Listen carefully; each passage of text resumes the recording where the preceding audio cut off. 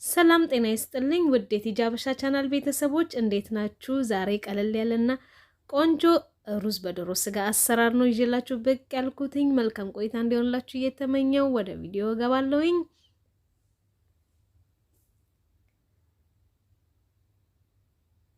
ዘይቴን አግያለሁኝ በመጠኑ ጨምሬ ከዛን አጥቤ ያዘጋጀሁትን ዶሮ እጨምራለሁኝ። እንዲሁም ቅመሞች እጨምራለሁ። ሩዝ እንግዲህ ቅመም በደንብ ያስፈልገዋል።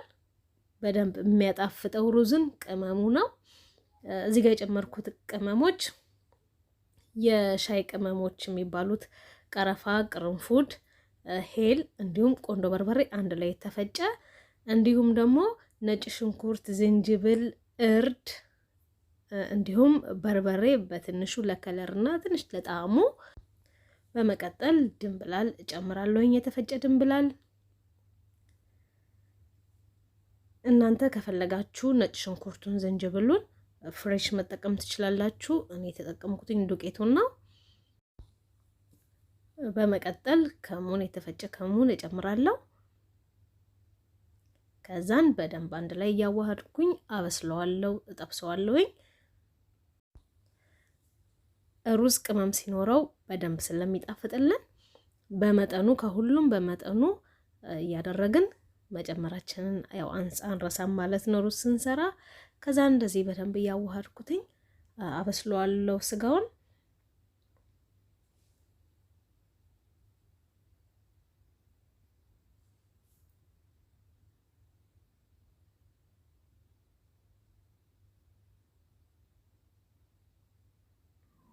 እየቀደምኩኝ እያማሰልኩኝ አበስለዋለሁ። ጨው ጨምራለሁኝ በመጠኑ።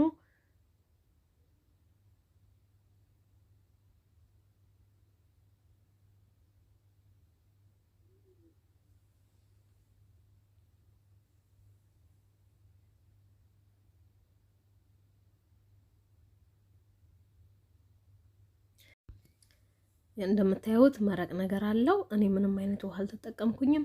የራሱ የዶሮው ውሃ ነውና ኋላ ላይ ይሄንን መረቅ ፈልገዋለሁኝ። ከዚህ በመቀጠል ይሄ ስጋው እስከሚበስልልኝ ከጎኑ ሩዝ ጥዳለሁኝ።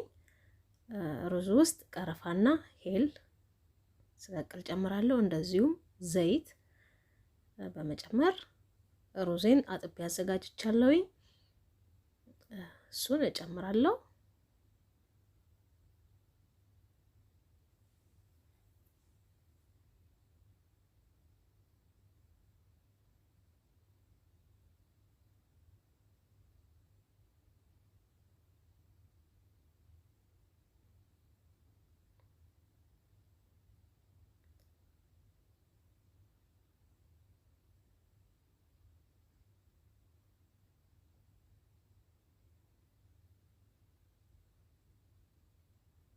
ይሄንን አነሳለታለሁኝ መረቁን።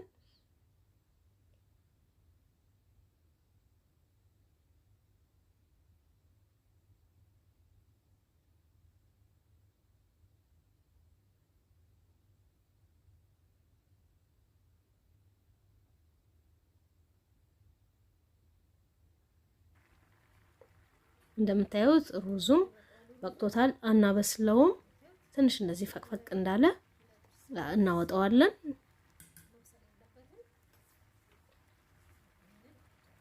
አሁን አወጣውና አጠለዋለሁ በማጥለያ።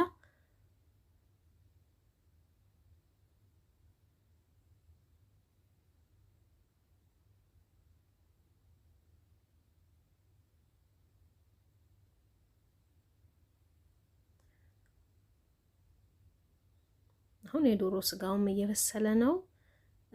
ጠብሽ ያዘጋጀሁትኝ ቀይ ሽንኩርት አለ፣ እሱን እጨምርበታለሁ።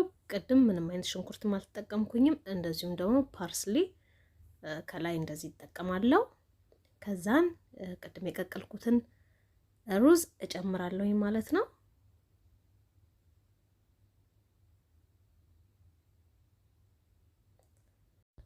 ሩዙን ቅድም አላበሰልኩትኝም ይቀረዋል። እዚህ ጋር አንድ ላይ እሳት ስለማስመታው ነው ያላበሰልኩት። ከዛን እንደዚህ ከላይ ካደረኩኝ በኋላ ግማሹን በመሃል ሽንኩርቱን የጠበስኩትኝን እንደዚህ ነሰንስበታለሁ። እንዲሁም ፓርስሊውን አደርጋለሁ። ከዛን የተረፈውን ሩዝ ደግሞ ከላይ ጨምራና ሸፍነዋለሁ ማለት ነው።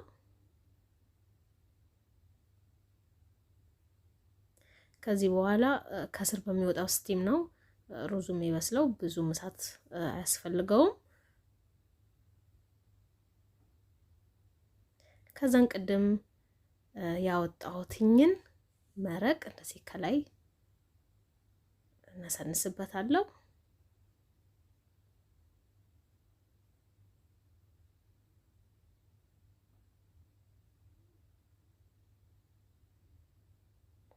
እንዲከድኜ አሁን በስሏል፣ ደርሶልናል ማለት ነው። ከዚህ በኋላ ለገበታ ማቅረብ እንችላለን። ይሄ እንደምታዩት ቆንጆ ሩዝ ነው። በጣም ሽታው ራሱ ልነግራችሁ አልችልም። በጣም ደስ ይላል።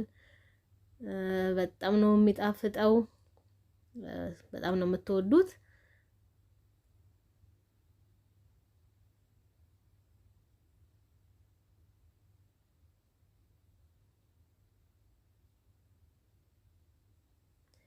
የተጠበሰው ሽንኩርት ራሱ ልዩ ጣዕም ነው የሚሰጠው። ቅመሞቹም ብቻ ሰርታችሁን እናንተም ሞክሩት እስቲ። በጣም ነው የሚጣፍጠው። ከላይ የተረፈ ሽንኩርት ጨምርበታለሁ፣ እንዲሁም ፓርስሊውን።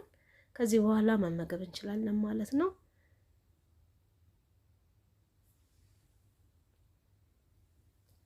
ልዩ የሆነ ሩዝ በዶሮ ስጋ አሰራር ነው። ትወዱታላችሁ።